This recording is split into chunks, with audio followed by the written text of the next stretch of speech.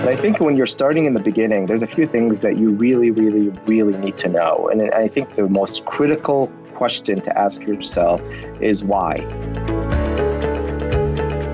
Today, I'm excited to welcome Mohamed Saleh to the show. Mohamed works as the Senior Sensei and Executive Director of the H3W Lean Office at Hartford Healthcare. Now, during the show, we talk about the early days of how Hartford Healthcare advanced its lean journey by first building a strong foundation before diving into behaviors and principles. We then had a really interesting discussion on their approach, including how they went deep versus wide while also working bottom up and top down at the same time. Now, we wrap things up by learning how their lean department is organized today and hearing a state of the union of where Mohamed believes they are today. And while today's episode is slanted towards healthcare, the wisdom and advice Mohamed shares most definitely applies to any and all industries. The show notes for this episode can be found over at gembapodcast.com. Just look for episode 253. Again, gembapodcast.com and look for episode 253. And as always, you can check out Gemba Academy's full lean learning system over at gembaacademy.com with a fully functional trial. Okay, enough from me. Let's get to the show. Mohamed, welcome to the show. How's it going? Everything's going great. Thank you. All right. So thanks for coming on to the show. We were chatting a little bit before we hit the button there, the record button, and talking about I guess you and I kind of met over DVDs some time ago. Yes, Ron. I have so much gratitude for both what the Gemba Academy does, but also what you've done in my own career. I've been following you for at least 6 or 7 years now. I feel like a stalker, but you've definitely developed me and have provided so much for the lean community. So much to be thankful for you for. Well, no, thank you for your business and obviously thank you for the work that you do. So, all right. Well, Mohamed, let's kind of get started. As you know, we kind of like to begin our shows with our guests sharing a quote of something that possibly inspires them. So you have one? I do. I have maybe I'll say two. Okay. Both. I've had the privilege of having a few mentors that really resonate with me, and I'll talk about some of them as we go through this. But I think the two that stick out for me is Mark DeLuzio is really iconic in the lean field, and really early on he would always ask me, "Are you doing lean or are you being lean?" And that really resonated with me. And I think as I do more of this and I realize how much more I still have to learn, the more I appreciate that comment. Are you doing lean or are you being lean? So I would say that's one of my favorite quotes. And the other one I would say is Dave Stack, a personal mentor of mine and business partner. And I've known him as long as I've known Mark, if not longer. And Dave Stack would always ask me, "How dirty are your gloves?" And it really speaks to not just commitment, but also the level of participation behind it. So those, I would say, are my two favorite quotes. I like it. I want to go back to that first quote and dig into it a little bit because it's really interesting. Doing versus being lean. What's the talk about the differences? So a lot of organizations have. I hate to use the word, but window dressings of lean. Mm-hmm. They look like lean. They have all the artifacts of lean. They have the lingo of lean. But when you really get down to the fabric, they're not really being lean. The element of respect for people isn't there. The cultural mindset hasn't really shifted. They have all the artifacts, but they're not really being what this culture is designed to do.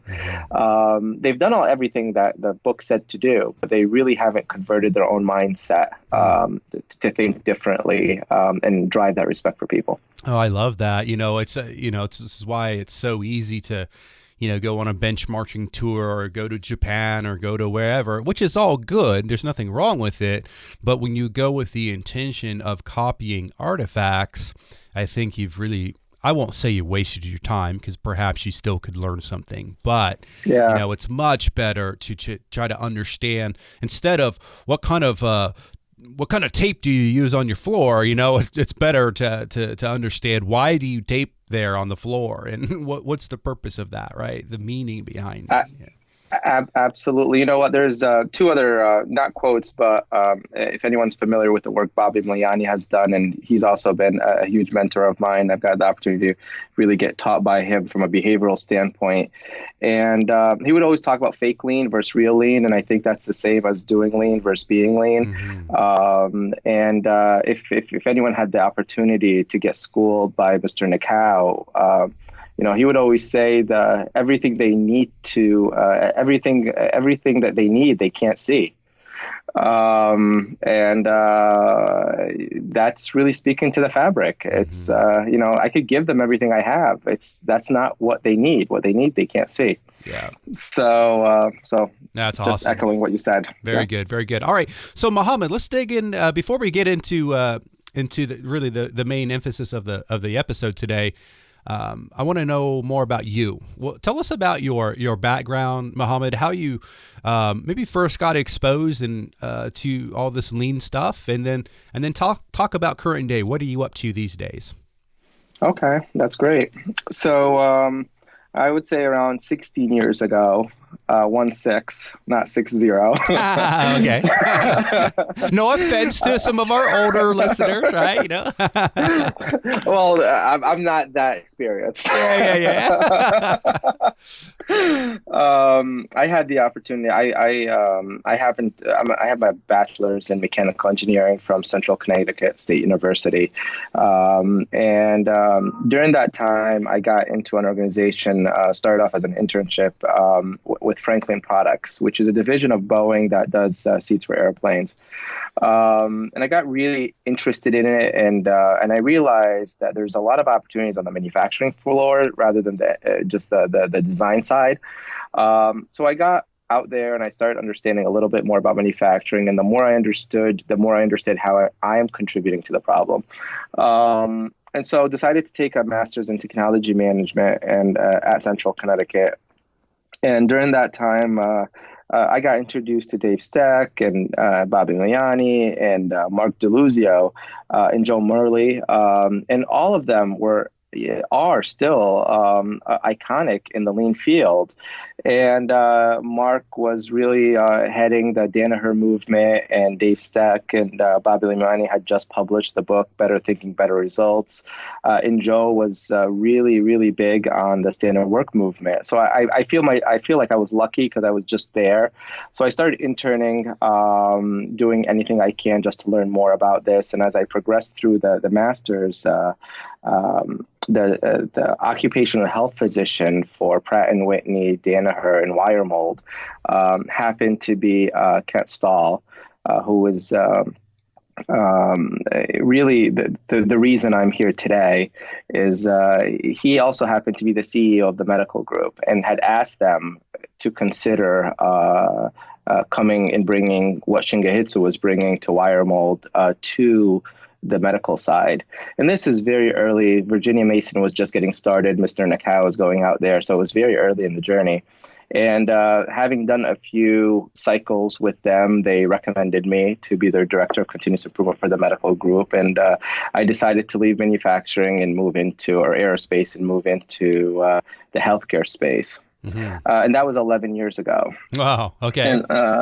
And so at that time, I spent 5 years in the medical group, got a little bit more exposed to Joe Murley, especially that I started the journey at the medical group with standard work and the evolution of standard work there. And then Dave Steck was my personal mentor and actually did a lot of consultative services for the medical group. So really helped the deployment of standard work, but the alignment of standard work, and really got us to think more from a Hoshin Connery standpoint. So I started building my muscles a little bit outside of the production side and starting to understand the management side a little bit more.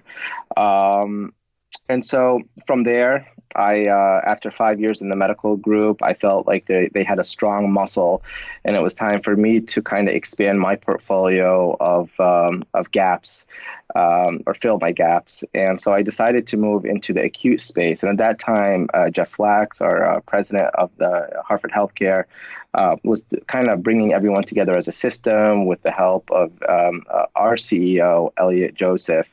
And they both had a really a vision around leading this transformation, and creating something that works for them. And so they started really crafting an operating model, which is now come to known as how Hartford Healthcare works. And so I moved into the acute space, into the hospital space, got a few 3 years under my belt there. And then I moved with them into a system role to have oversight of the lean office. But during that time in the acute space, there was a lot of work that really started, I would say, systematically in 2009, where Jeff and Elliot really started looking at our operating model as H3W.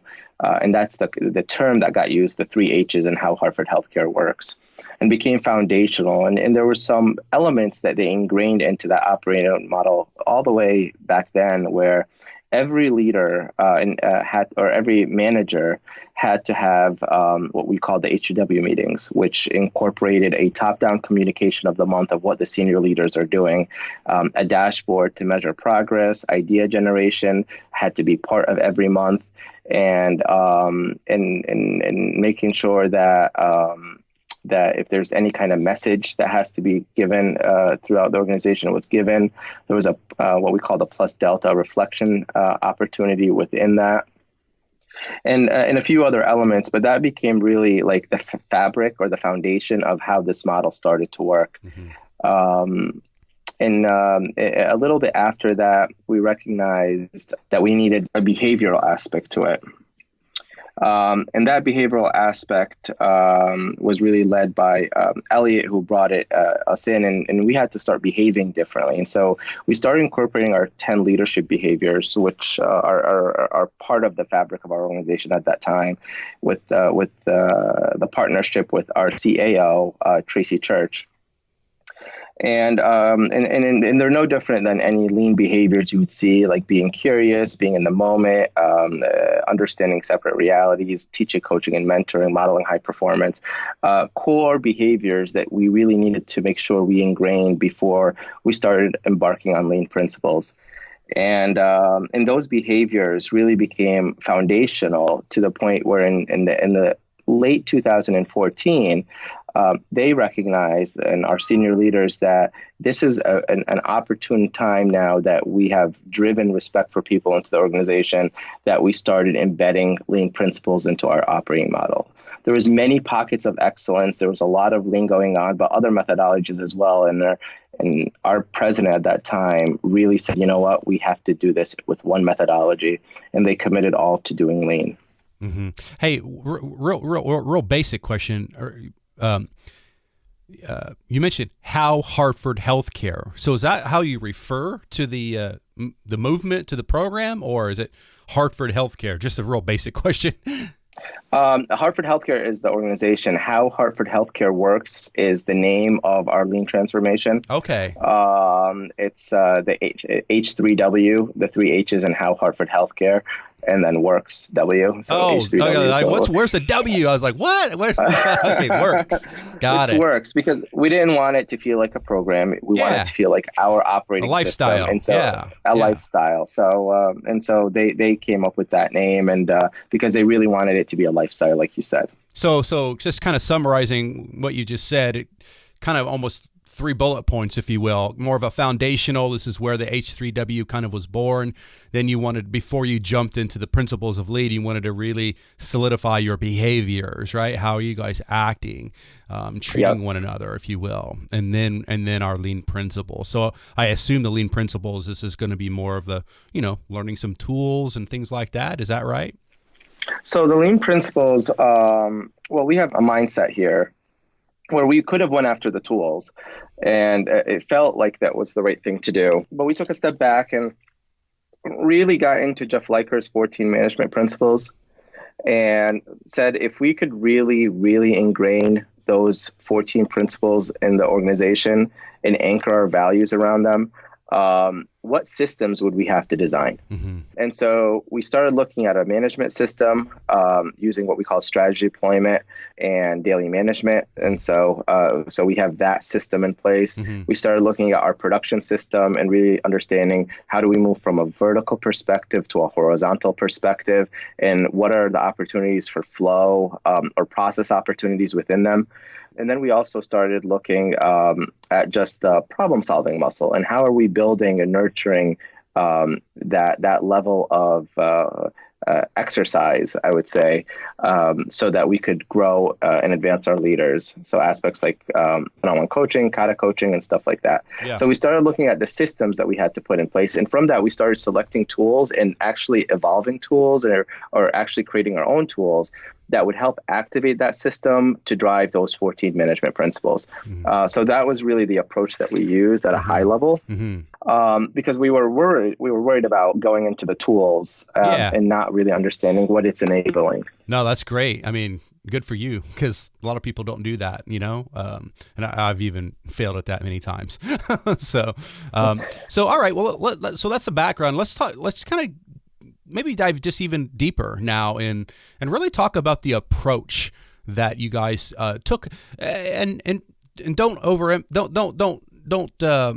miss the beginning, because many people hearing this right now aren't as established as you guys are, and maybe they're just starting.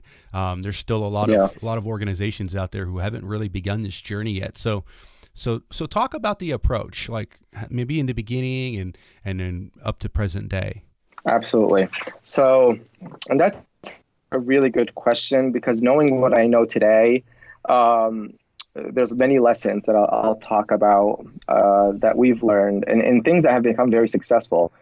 But I think when you're starting in the beginning, there's a few things that you really, really, really need to know. And I think the most critical question to ask yourself is why? Why would you do this? It's such a commitment, and there's so much that goes into it that if you don't really know the why, you might find yourself shortchanging yourself down the line. And I've seen leaders that sign up for this without understanding what it entails. And I've seen leaders do this because other people are doing it, and so they just want to copy that. So I would say the first step, if you're going into this journey, is truly know the why. So we had a burning platform. Healthcare, as you know, is an evolving field. We had, staff frustration. We had employee scores that we were doing great at, but we still had so much ways to go. We had a very strong burning platform for us. And without that burning platform, I think people aren't really driven to make this type of change. The second thing I would say is when we started, we went really deep first, meaning that we have 9 different presidents, and we wanted to engage everyone. But in the same time, we didn't want to just roll it out like something like top down. Something like you would see in an IT, which is a software that would just go out across the entire continuum. We wanted to make sure that we understood what we were doing and understood the uniquenesses of our own organizational characteristics. And so we had to go really deep in the beginning. And a few of us in the beginning were trying to understand what is if we're going to be, one of the lean principles is to really be customer focused. And if we really wanted to drive that home and create flow around the customer, let's follow a customer. So we picked an oncology patient and we picked a neurology patient. So a patient that comes in from with say breast cancer, they go through a primary care doctor, then they go through a specialist, then they go to the hospital, and then they get some labs done, and then they go to maybe rehab afterwards. And so we followed that patient in every unit that patient touched, from the moment we actually communicated to them. So we even included strategy and marketing into our conversation until they actually went home well. Who did they touch? And we found that they touched 14 different departments out of 850. And so we selected those 14 as our what we call our demonstration units. Some people call them model cells, some people call them lighthouses, but we selected those 14, and that allowed for everyone around the system to have some kind of play in this. So if you're the president of the medical group or the hospital or community network with regards to rehab, you were able to create that model cell or demonstration unit, and we spent an entire year with just those 14. We brought them all together. We created almost like a showcase where we put up like different things around the room of different boards, for example, and allowed these leaders, those 14 managers and their directors, to walk and shop and pick, we picked things from the aerospace industry. We picked things from the healthcare industry. So we had things from like Medicare and Virgin Mason and Danaher and UTC and a lot of different areas, and had them pick areas that they felt like were really going to be helpful for their organization. And they got together, they designed a board, they created 3 different versions, and they went out there and they tried it for 6 months. And in parallel to that, we sent 40 of our senior leaders to ThedaCare to talk with John Toussaint, the CEO of ThedaCare, and Kim Barnes, who was the COO of ThedaCare at the time, around what does it mean for them, and what do they have to do, and how are they going to change their mindset. And they had really courageous conversations. We spent an entire day there, and actually an entire week there, but one day that was committed just to understanding what it means for them as leaders. And that includes our CEO, our COO, and our entire senior vice president staff. And so when they came back, they understood what it means to them, as well as designing something that works for us. So I would say going deep before you go wide was another huge aspect struck home. Let me jump in real fast. You talk fast, my man. So I got to jump in. I got to be aggressive. I'm going to be an aggressive interviewer here today. But go for it. You talk about these 14 departments or whatever, right? That you focused on. But like, what was your pitch to them in the beginning? Like, what problem were you trying to solve? Or are you just saying, hey, we're doing this lean thing and come together and be lean? Or, what did that look like? That's a great question. So we did have to create a burning platform for them. And our burning platform was, we have low satisfaction scores right now for our employees. We're not that effective at communicating. Our results are really not where they need to be, and our improvements have stagnated. And so we want to make sure that our employees really feel respected. If we're doing this because they feel they should feel respected, this is a critical component for them. If we find that people are doing workarounds, at the same time our competition is becoming really tight, and then we find out our staff is being frustrated and overwhelmed, we have a responsibility. And a lot of us have been doing a lot of improvements, and we're not able to sustain the gains. So we asked them for help. We didn't tell them let's just go do lean. We told them that we need your help, and we're going to count on the 14 of you to convince the 850 departments across the system, what good looks like. Yeah. And we'll give you all the resources you need, and we'll give everyone else the resources they need. But first, we need to make sure that we get our learnings from you, and we need their feedback. And we've revised our boards so many times before it went live with everyone else, until we got comfortable with all of them. We had each one of them then sell it to their organization, with our help, of course. But I think the biggest burning platform was we want to respect our staff. They're overwhelmed. There's a lot of variabilities and workarounds. We want our managers to be more involved, and upper management to be more involved. And we're looking to you to create that chassis, because we're not going to improve our patient experience scores or our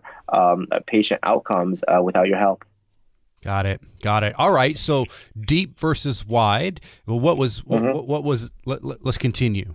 So there was. I talked a little bit about top down as an approach to this. When we selected those 14 areas, we required the director of that manager, the VP of that director, and the senior vice president of that VP to all go through a training, which was comprehensive, 4 hours long, every other week for 6 months. Every single person in that chain of command had to do it. So all the presidents with their vice presidents and all the way down to those 14 areas went on this journey in the beginning. And what we asked from the frontline managers to do with their staff, we asked our senior vice president to do the exact same thing. So we had a top-down approach to it as we were building bottom-up. So I think that's another thing that distinguishes us is that, or distinguishes this approach, is that we really try to do it both top-down and bottom-up at the same time. And we required every single one of them to really go out there and like I said earlier, get our hands dirty. Yeah. So our presidents were out there at the huddles, observing huddles, giving feedback to the managers, being present in the workplace. We have what we call rounding, which has many aspects to it, but a lot of gimbal walks occurred during that time. And the other thing in the approach is we were worried that people would think lean is about the board. Because that's just an aspect, daily management is just an aspect of it's an artifact, right? Yeah. It's an artifact, absolutely. And so we started looking at what would good look like, and we had the opportunity to really explore the Shingo model and really learn and understand and appreciate what does a bronze level look like, what does a silver level look like, and what's a gold level look like. Now, we've never went for the prize. That's not why we adopted that mindset, but it allowed each department to understand the trajectory of their journey as if they were their own business. And it gave every leader their ability to own their own business. And so each one of our departments now, they have the initiation, which is daily management, but then they have certain bronze criteria that they go through to make sure that they have evidence that they're able to do standard work and able to do total productive maintenance and have a really good understanding and application of 5S, both in physical and mental. As well as have Kanbans for inventory management systems in place. So these were all criteria, and others, of course, criteria that we had to set in place as part of their bronze criteria, knowing and appreciating that standard work was really the nucleus of that. And then a silver journey around really advancing all that you've done and engaging your teams around it until the unit is 100% compliant with that, as well as living it day to day, but also starting to see performance results. And then gold becoming that best-in-class unit where other people around the country and the world could come benchmark you for that specific niche that you have. And so we started really converting the mindsets that there's no end. In the beginning, people were asking, so when is this over? It's never over. And so we got out of the mindset of it trying to be a program where people see an end to it, and gave each person a roadmap that could move at their own pace. They really don't have to run here. They could all move at their own pace. There's, different kata coaching styles that work for different people, and people are sometimes faced with different challenges than others. So some people might move a little faster than others just because of the circumstances they're in. Yeah, I love that. It's one of my passions is for people to kill their lean or Six Sigma or continuous improvement programs, to stop them, because programs by definition end, right? Call it a movement, call it a whatever, man. I don't know. It's like, it's how it's like air around you, that you need air to survive, right? And we need this stuff to prosper. We need these principles and this way of thinking and learning. So beautiful. So talk a little bit about, Mohamed, you've talked a lot about your leaders, but I'm curious to hear maybe how yourself and the leaders have maybe matured through this I don't even like to call it journey. It's more like a safari, right? Yes. So I'll talk about from a leadership commitment standpoint. We had one of our presidents, Donna Handley, and I'll use another president, Gary Havoc. These are two presidents of two different acute settings, and I'm not leaving the rest of them out. They're all following this, but there's a level of commitment that people need to invest to mature in this space. And one of the things that we were very careful about is trying to justify an ROI behind it. This is not about that. This is about a culture transformation. And so when we started measuring or coaching our leaders to that, and I'm using them to a specifics, they had to role model leadership behaviors. So every single one of our presidents had to live and breathe the leadership behaviors for a certain amount of time. And I'll even use myself, for example, Jamie Roach, who's my boss. I wasn't exposed to the leadership behaviors. I had to give feedback to my boss to tell them what I'm seeing different. So after every one-on-one, he would say, "So how am I doing? What do you see different?" And I would say, "You know what? You're listening to me more, so you're more in the moment." And or you know what? I'm noticing that you're asking a lot more open-ended questions, and you're a lot more curious. I'm seeing that you are actually understanding my reality and not imposing yours. And so after a while, not to push you on the spot, but what if there was something? I'm sure your boss is perfect, but what if there was something that was less than ideal? Were you able to share that as well? Absolutely. One of the behaviors is having a courageous conversation, and he would tell me, what, you're not giving me enough constructive feedback. What could I do differently? What could I do? And there's times it got awkward because he would sit there for like 10 minutes, and I actually a few of the presidents did this to me, so it's universally awkward, where they would just sit there for like 10 minutes waiting for an answer. And I would really have to look in the mirror and say, okay, so if I really want this person to improve, what is the constructive feedback that I would give them that it would make it a win-win, that it doesn't seem like I'm bad-mouthing or punitive, but really respecting this individual. This person wants to be better and is asking me for help. And so that they spent a very long time doing that without showing the next tier those behaviors until we were able to see it in action before it was exposed to us. And then we did that for our directs. So with my senseis, I did that, and with the senseis, with their facilitators, they did that. So it was a very top-down approach, but it really allowed us to role model the leadership behaviors and not just try to have people memorize it. The other piece that they committed to, which I felt became very mature, is anytime we had a conversation on Kaizens or opportunities where not that many staff were needed in a certain area, the conversation was always around where are we going to redeploy them, not where are we going to eliminate them. And I would say that wasn't the case when we first started, and we've definitely matured in that space where now people are constantly thinking, okay, so if you're going to take these 50 people and bring it down to 40 people, where is the need for these other 10? And it's gotten to a point where maybe this ED doesn't need that many, but there's another ED that's struggling to get these resources. And so really starting to think from that way. So I would say that's a huge commitment from the organization.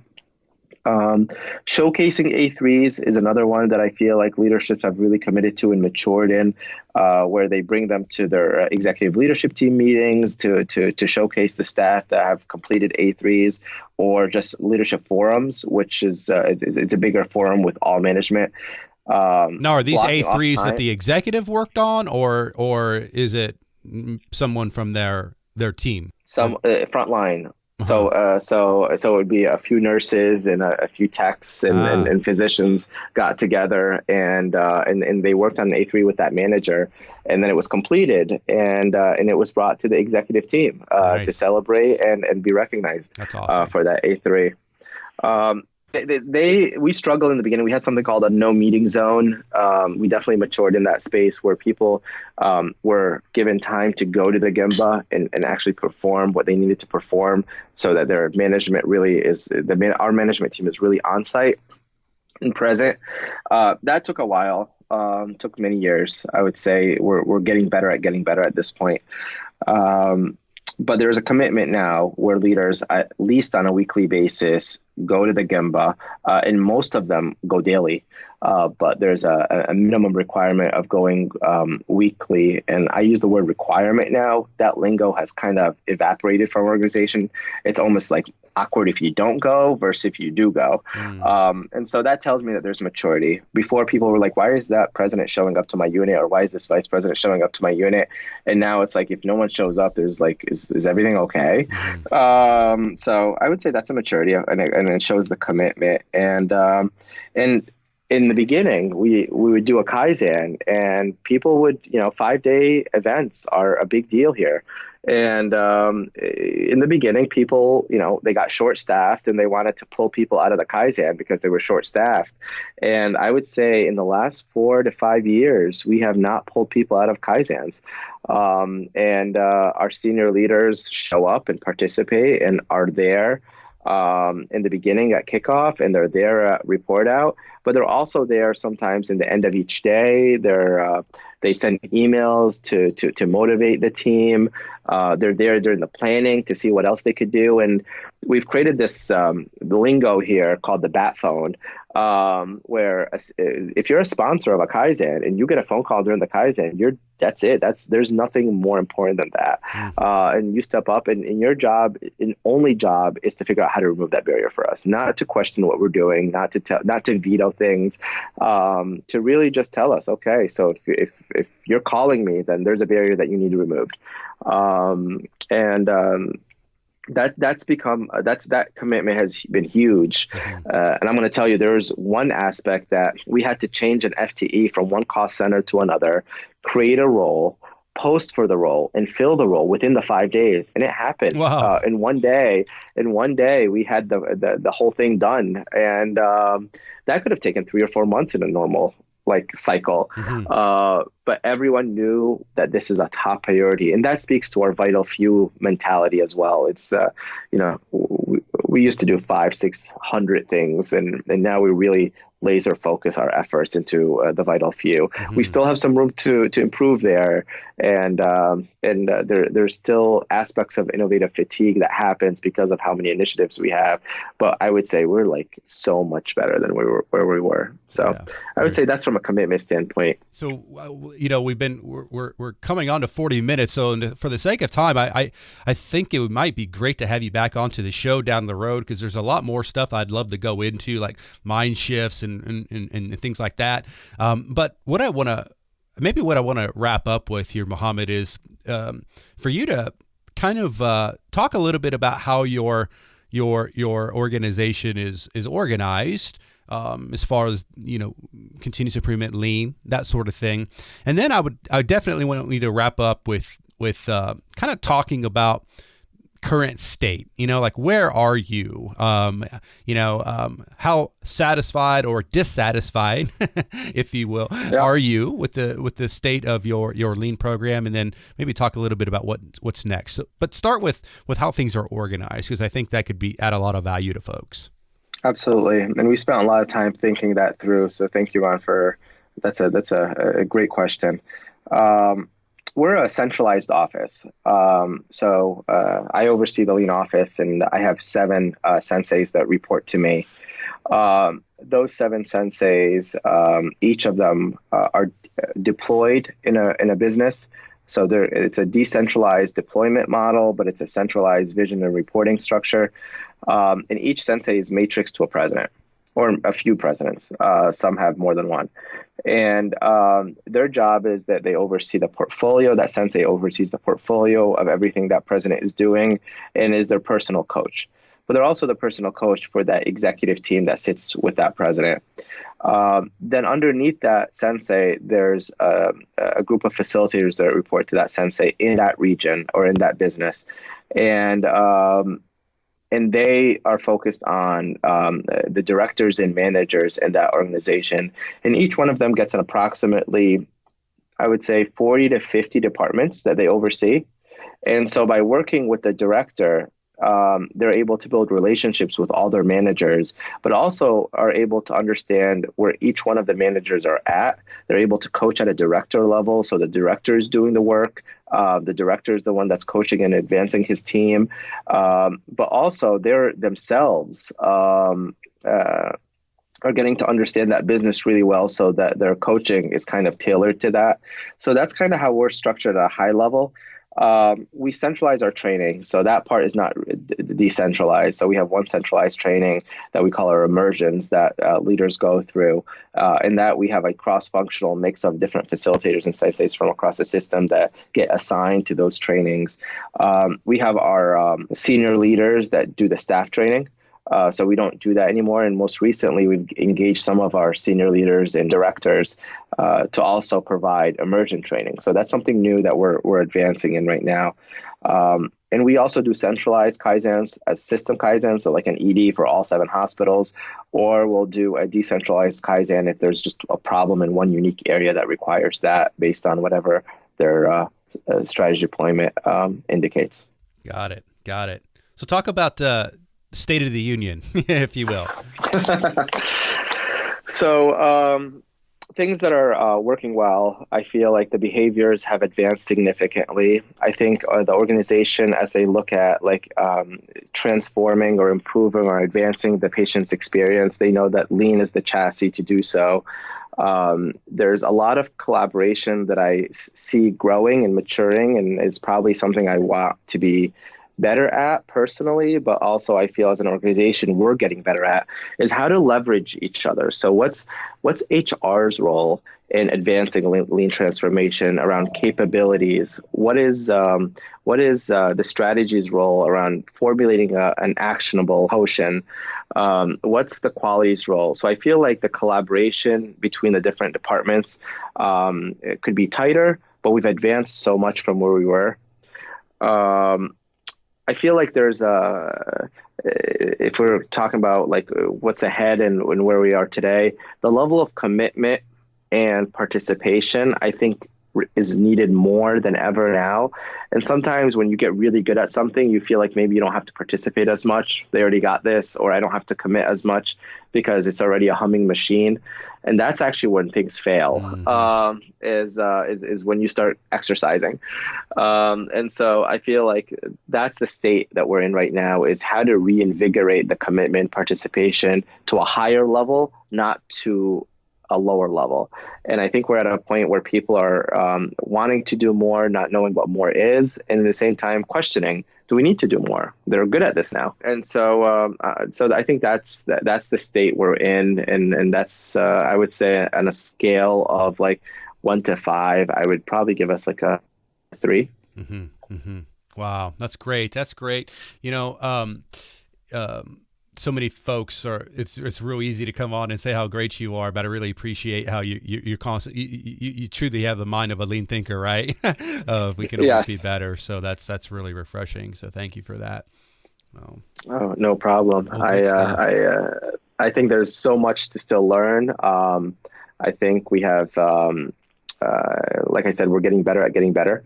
And that's something that our president, Jeff Flack, says a lot, and it just resonates because our leader standard work has a lot of room for improvement. Mm-hmm, mm-hmm.